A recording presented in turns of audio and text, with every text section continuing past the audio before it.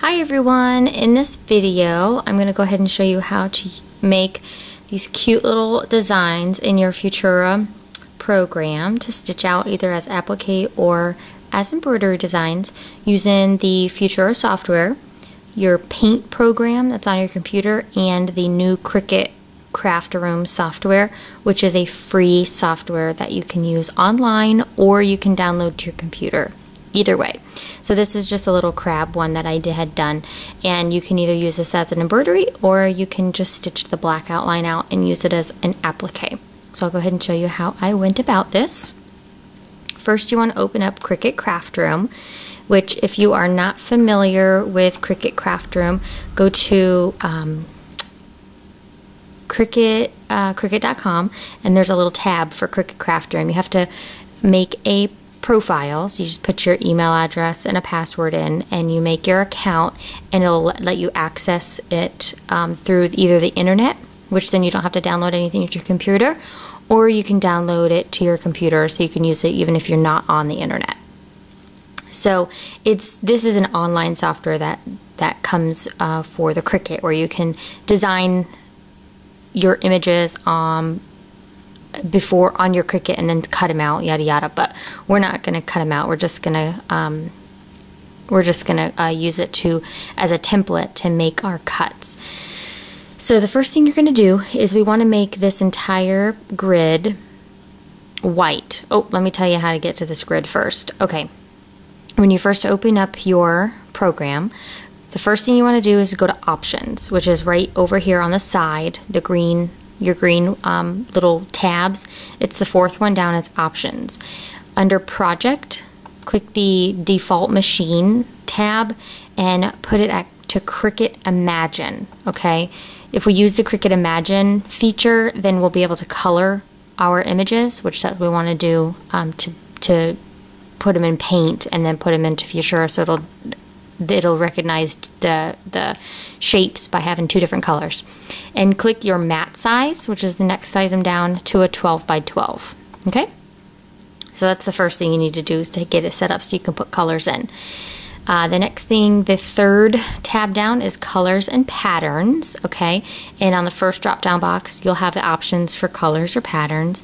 And it's really cool because the Cricut Imagine has tons and tons of patterns. So if you really wanted to get in depth and fill your images with patterns to see exactly what it's going to look like, if you have a fabric that matches the pattern, you can go ahead and do that. But this is just going to be basically just to show you what it is. So we're going to use colors, and the first thing we need to do is make this entire page white. Okay, so we're going to go down to your shapes. Okay, your shapes are in this little box down here at the bottom. So there you'll see a green arrow that if it's hidden, the arrow will be pointing up, and if it's displayed, the arrow pointing down. So you can either put it down or bring it up.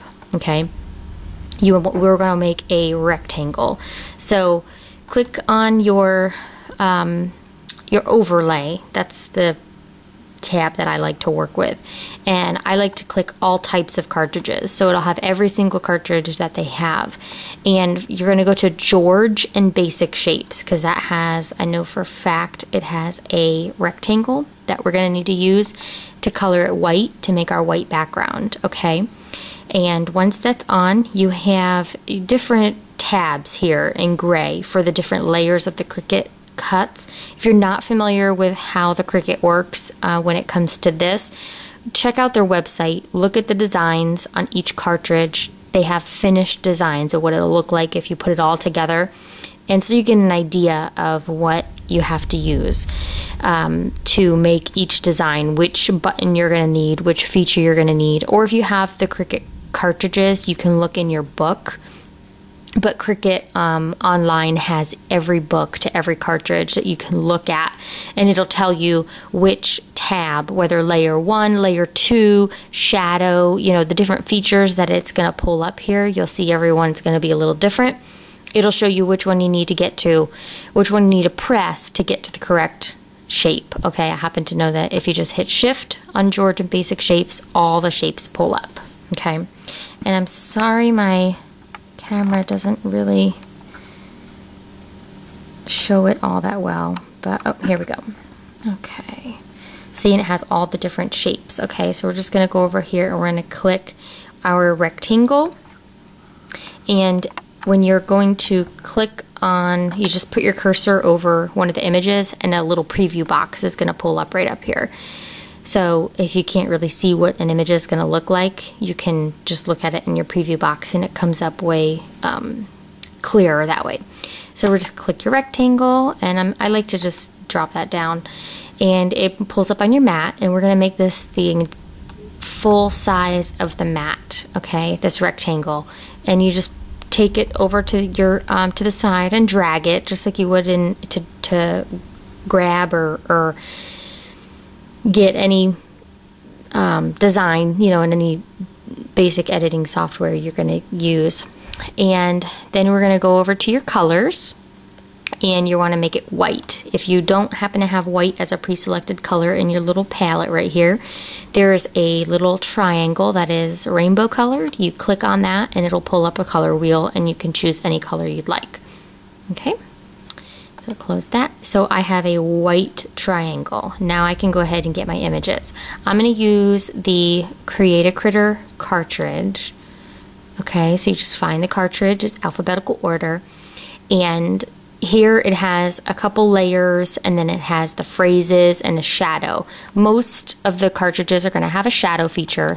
The shadow feature is what you're going to use to applique, because you're going to want the shadow feature is going to be the black outline, and then you're going to fill it with the standard layer in a different color, which is going to create your applique. So I'm going to use this little crab here, and just go ahead and push this down.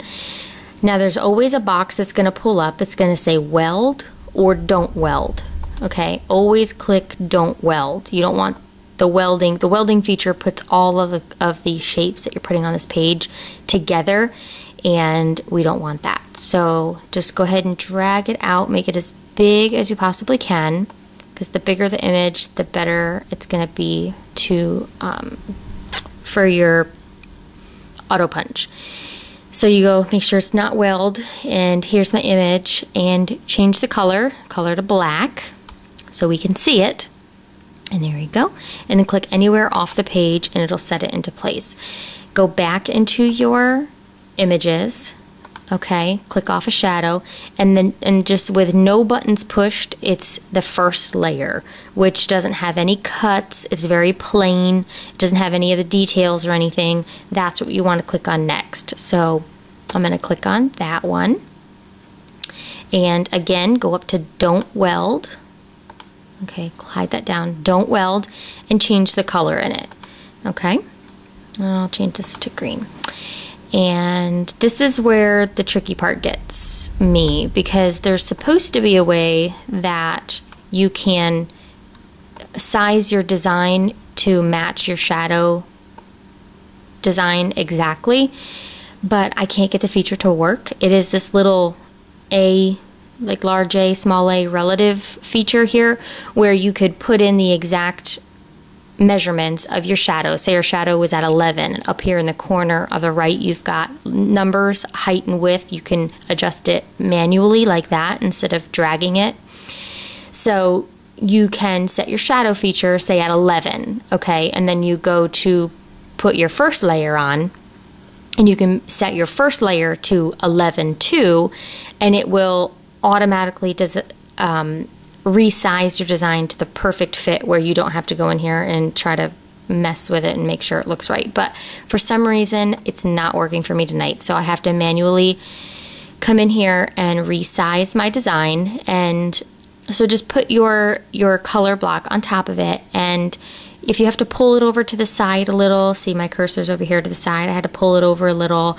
You can use the up and down right here to make the to image, you know, squish together some. Just make sure that you've got a nice thick black line around the entire image, because if it's a thin black line, it's not going to recognize it in Auto Punch, and you're not going to be able to use it as an applique. So I think this will look good. This is where I was saying how this is where it can get tedious sometimes. It's not an easy 1, 2, 3 thing but it can work. Okay, so the next step is you're going to screen print your screen, okay? You're not actually printing anything from a computer. You're just taking a little picture of your screen right now. And to do that, if you don't know where the print screen button is on your computer, if you have a laptop, it's up at the upper right-hand corner, probably just a few buttons away from F12. And if you are on a standard computer, it's probably the very next button next to F12. It is PRNT-SCRN, so short for print screen. All you do is just push that button, okay, and it takes a little picture.